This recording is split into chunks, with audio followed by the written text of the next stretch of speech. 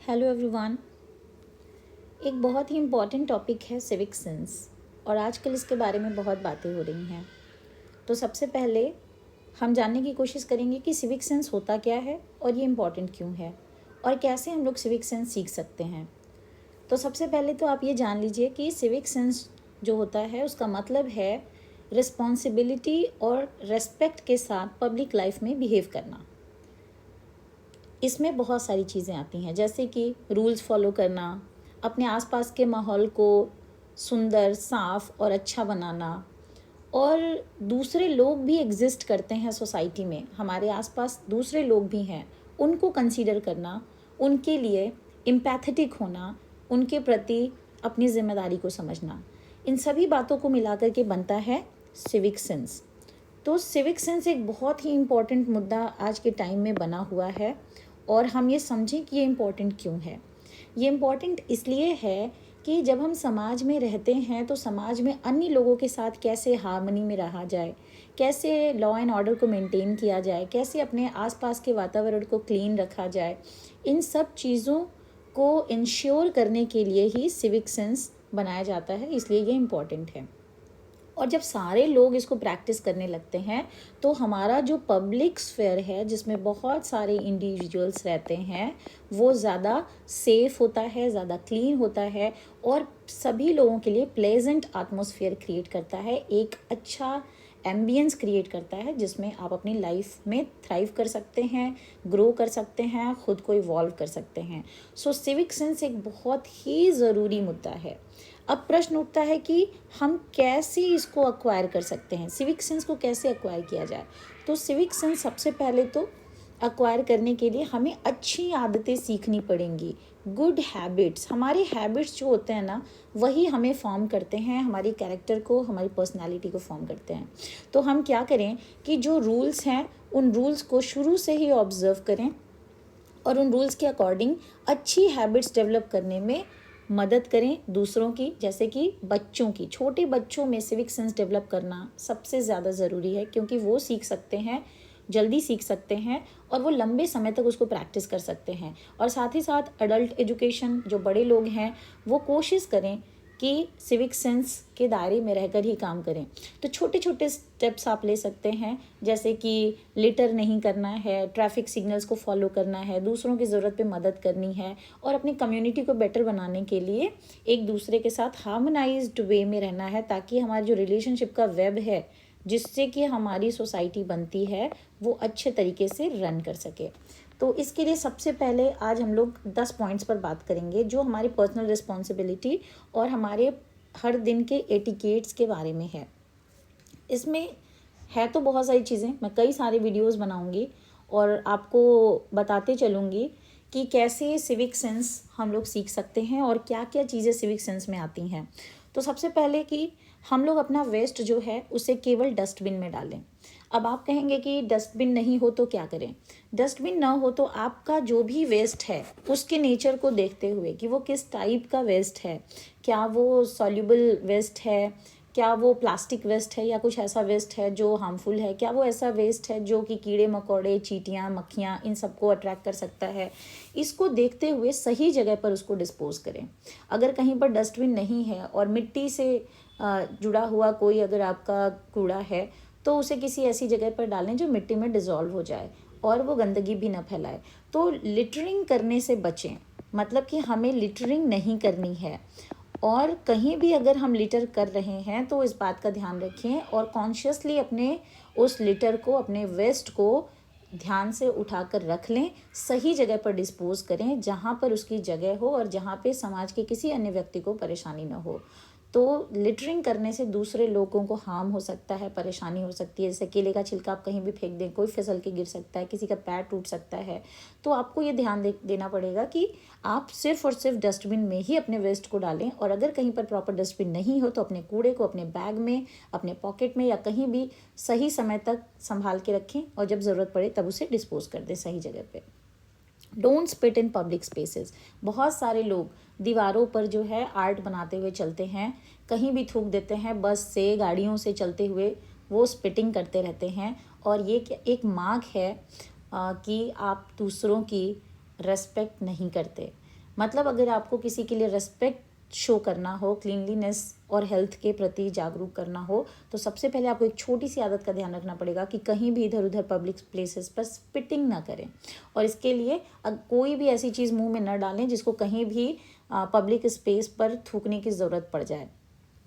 दूसरा है अगला मतलब use public toilets responsibly. Public toilets हमारे देश में बहुत बड़ी प्रॉब्लम है। एक तो पब्लिक टॉयलेट्स होते नहीं हैं, बहुत ही कम होते हैं, कहीं कहीं होते हैं, और इमरजेंसी में अगर कभी किसी को यूज़ करना पड़े तो उसकी हालत ऐसी होती है कि हम यूज़ ही नहीं कर सकते। इसलिए अगर आप कभी भी पब्लिक टॉयलेट यूज़ करें तो बहुत ही रिस्पॉन्सिबिलिटी के साथ यूज़ करें। अगर आप क्लीन छोड़ कर जाएंगे, अगर हर व्यक्ति टॉयलेट यूज़ करने के बाद उसे क्लीन छोड़ कर जाएगा, तो आने वाला जो दूसरा इंडिविजुअल है वो भी क्लीन पाएगा, और अगर वो भी क्लीन छोड़ के जाएगा तो तीसरे को क्लीन मिलेगा, और इस तरीके से एक चेन क्रिएट होगा, और आप क्या करेंगे, हमेशा अगले व्यक्ति के लिए एक क्लीन टॉयलेट अवेलेबल कराएंगे। तो ये एक बहुत ही इंपॉर्टेंट सिविक सेंस है कि टॉयलेट करने के बाद आपका टॉयलेट आपने कैसा छोड़ा है उसे ज़रूर देखें और उसे साफ़ करके ही वहाँ से उठें। क्यू कल्चर हमारे यहाँ एक बड़ी प्रॉब्लम है। एक तो लोग पेशेंट नहीं है, वेट नहीं करना चाहते। जो देर से भी आता है, चाहे वो हॉस्पिटल में लाइन लगाया हो, चाहे पोस्ट ऑफिस में, चाहे बैंक में, वो व्यक्ति सबसे आगे जाके खड़े होने की कोशिश करता है, और इससे बहुत प्रॉब्लम होती है क्योंकि इससे झगड़ा भी हो सकता है और लोग इम्पेशेंट हो जाते हैं। दूसरे, अगर आप क्यू कल्चर बनाते हैं तो आपको एक प्रॉपर डिस्टेंसिंग भी रखनी चाहिए। कई बार मैंने ये देखा है और फेस किया है कि लोग इतना नज़दीक खड़े रहते हैं, बिल्कुल चिपक के खड़े रहते हैं। ऐसा लगता है जैसे अगर वो 2 स्टेप पीछे खड़े हो जाएंगे तो उनका काम देरी से होगा। तो आपको एक क्यू कल्चर डेवलप करना पड़ेगा, प्रॉपर स्पेसिंग का ध्यान रखते हुए वेट करने को इम्पोर्टेंस देनी होगी, और बहुत ही पेशेंटली अपने टर्न का वेट करना पड़ेगा। आप जहाँ कहीं भी हों, आप शुरू से ही ये आदत डालिए कि आपको क्यू कल्चर मेंटेन करना है। फिर है स्पीक सॉफ्टली इन पब्लिक, एक बहुत ही इम्पॉर्टेंट सिविक सेंस। हमें शेयर्ड स्पेसेस में पीस मेंटेन करने की ज़रूरत होती है, और इसका मतलब है कि जब भी हम पब्लिक स्पेसेस में हों तो बहुत ही सॉफ्टली बात करें। हमारे यहाँ बहुत ये प्रॉब्लमेटिक चीज़ है कि लोग फ़ोन पे भी बात करते हैं तो पब्लिक स्पेसेस में इतना ज़ोर ज़ोर से बात करते हैं, या आपस में 2 लोग बात करते हैं तो इतना ज़ोर ज़ोर से बात करते हैं कि वो बस में हैं या ट्रेन में हैं या रोड पे हैं, तो सारे लोग उनकी बात सुन रहे होते हैं। और ये बहुत ही ख़राब कल्चर है कि आप सॉफ्टली बात नहीं कर सकते। आप जिसको अपनी बात सुनाना चाहते हैं केवल उसी तक ही ट्रैवल करे आपकी ध्वनि, उतना ही आपको साउंड का जो है वो तीव्रता या प्रबलता रखनी चाहिए। तो आप सॉफ्टली बात करने की कोशिश करें, धीरे बोलने की कोशिश करें। जब भी आप कभी कफ करें या स्नीज़ करें, ये आदत आप घर से ही डेवलप करें। भले ही आपके आसपास कोई ना हो, लेकिन जब भी आप छींकें या खांसें तो एक बेसिक हाइजीन और रेस्पेक्ट के तौर पे अपने माउथ को कवर करें। आपके पास रुमाल है, टिश्यू है तो उसे लगा लें, नहीं है कुछ तो अपना हाथ ही लगा लें, बाद में अपने हाथ को साफ़ कर लें, लेकिन हमेशा कफिंग और स्नीजिंग के टाइम पे अपने माउथ को कवर करें। ये बेसिक हाइजीन के लिए बहुत ही इंपॉर्टेंट है। एक जो बहुत बड़ी समस्या है वो है अवॉइड हॉन्किंग अननेसेसरीली हॉन्क करने को बहुत कूल माना जाने लगा है, और इसकी वजह से बहुत पॉल्यूशन बढ़ रहा है, लोगों का पेशेंस ख़त्म हो रहा है। जब हम ट्रैफिक जाम में होते हैं, लोग अननेसेसरीली पीछे से हॉर्न मारते हैं। किसी के हॉर्न मारने से ट्रैफिक खुल नहीं जाएगा जल्दी, या आपके हॉर्न मारने से अगर आप कहीं जल्दी पहुंच जाएं तो ऐसा भी नहीं होगा। तो क्यों अननेसेसरीली हॉन्क करना है? हॉन्क करने की ज़रूरत सिर्फ तभी पड़नी चाहिए जब आपको दूर से ही दिखाई दे रहा हो कि सामने कुछ ऐसा होने वाला है, या कोई व्यक्ति है या कोई गाड़ी है जो शायद बीच में चल रही है, आपके रास्ते में आ रही है, तब आप हॉन्किंग करिए। वो भी ध्यान रखिए कि आप कहाँ पर हैं। अगर नो हॉन्किंग जोन में है, जहाँ पे सीधे सीधे लिखा हुआ है कि यहाँ पर हॉर्न न बजाएं, तो वहाँ पे प्लीज़ थोड़ा धीरे चलें, वेट करें, सामने वाले को अपने रास्ते पर हट जाने दें और उसके बाद आगे बढ़ें, लेकिन थोड़ा सा पेशेंस रखिए। हॉन्किंग करना बहुत अच्छी चीज़ नहीं है। कोई बीमार हो सकता है, कोई परेशान हो सकता है, और पढ़ाई कर रहे हो सकते हैं बच्चे, छोटे बच्चे सो रहे हो सकते हैं। आपके अननेसेसरी पॉल्यूशन से किसी की तबीयत ख़राब हो सकती है, इनफैक्ट किसी की जान जा सकती है। तो आपको बहुत ही सोच समझ के एक छोटी सी हैबिट को बदलना चाहिए, हॉन्किंग करने की आदत को बदलना चाहिए कि हमें कब हॉन्किंग करनी चाहिए और कब नहीं करनी चाहिए। ज़रूरत हो तो बिल्कुल ही ना करें। अब यूज़ पेडेस्ट्रियन क्रॉसिंग, ये बात तो लोगों को पता ही नहीं चलती है कि ये भी एक इम्पॉर्टेंट मसला है कि जब भी आप रोड क्रॉस कर रहे हो, ये आपकी पर्सनल रिस्पॉन्सिबिलिटी, आपके एवरीडे एटिकेट का हिस्सा है कि आप हर दिन रोड पे निकलते हैं, कहीं ना कहीं जाते हैं, तो आपको कहाँ पर क्रॉस करना चाहिए।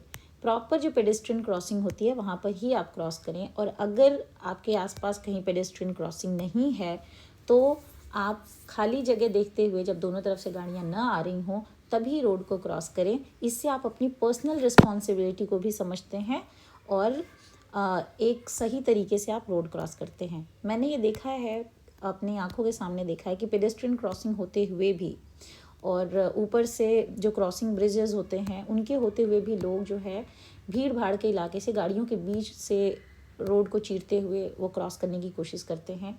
तो क्यों आपको अपनी जान पे खेलना है और ख़तरों का खिलाड़ी बनना है? क्योंकि आप अपनी रिस्पॉन्सिबिलिटी यहाँ पर भूल रहे हैं कि अगर आपको किसी गाड़ी ने धक्का मार दिया तो आपकी जान जा सकती है। इसलिए सही जगह पर सही टाइमिंग पर ही रोड क्रॉस करें। ये पर्सनल सेफ्टी के लिए ज़रूरी है, और सेफ्टी रूल्स को फॉलो करना एक सिविक सेंस का ही हिस्सा होता है। फिर है give way to ambulances and emergency vehicle. बहुत सारे लोग एम्पैथिक हो चुके हैं, और जब भी आप एम्बुलेंसेज या किसी इमरजेंसी व्हीकल्स को देखें तो आप प्लीज़ बिना देरी किए जल्दी से जल्दी साइड हो जाएं। साइड न मिलने की वजह से बहुत सारी जानें जाती हैं। हमारे देश में ट्रैफिक में फंस के बहुत सारे लोग दम तोड़ देते हैं, हॉस्पिटल तक ही नहीं पहुंच पाते हैं, और उसकी वजह क्या है कि लोगों को सिविक सेंस का कुछ अता पता नहीं है। बहुत सारे देशों में एम्बुलेंसेस के लिए, इमरजेंसी व्हीकल्स के लिए अलग से लेन तक बनाई जाती है, और हमारे यहाँ इतना भी नहीं है कि लोग पीछे से एम्बुलेंस की आवाज़ सुनते रहते हैं मगर हटते नहीं हैं। तो एक छोटी सी जिम्मेदारी आप निभा सकते हैं, अपनी पर्सनल रिस्पॉन्सिबिलिटी समझ सकते हैं किसी की जान बचाने के लिए, कि आप एम्बुलेंसेस को, इमरजेंसी व्हीकल्स को हमेशा प्रॉपर स्पेस दें। और रेस्पेक्ट पर्सनल स्पेसेस। जिस तरह से आप अपने पर्सनल स्पेस की रेस्पेक्ट करते हैं, वैसे ही आप दूसरों के पर्सनल स्पेस की रेस्पेक्ट करें। बाउंड्रीज़ जो हैं वो सिविलिटी का पार्ट होती हैं। किस व्यक्ति का कितना दायरा है, वो कितनी दूर तक या कितने स्कोप तक आपको आने की परमिशन दे रहा है, इस बात का ध्यान रखें। किसी के कितने नज़दीक खड़ा होना है, किसी से कैसे बात करनी है, कितना फ़िज़िकल टच रखना है, कितना फ़िज़िकल टच नहीं रखना है, इन बातों का प्लीज़ ध्यान दें। किसी के फ़ोन में झांकना या किसी के पर्सनल रूम में बिना आवाज़ किए या बिना बताए चले जाना, या किसी की पर्सनल चीज़ों को उठा लेना, ये सब सही आदतें नहीं हैं। आपको शुरू से ही पर्सनल स्पेसेस की रिस्पेक्ट करनी होगी, कि किसी की चीज़ों को बिना पूछे हाथ न लगाएं, किसी के फ़ोन में ताका झाकी न करें, किसी के बहुत करीब जाके न खड़े हो जाएं कि व्यक्ति असहज हो जाए। तो ये सारी चीज़ें आपको पर्सनल स्पेस के रिस्पेक्ट के लिए देखनी होंगी। तो आज हमने अभी 10 सिविक सेंस सीखा। आगे हम लोग और भी सिविक सेंस के बारे में बात करेंगे कि उनको कैसे हम लोग प्रैक्टिस कर सकते हैं, अपनी आदत का हिस्सा बना सकते हैं, और कैसे हम पब्लिक स्पेसेस में सिविक डिसिप्लिन ला सकते हैं। तो see you in the next video. Thank you for watching.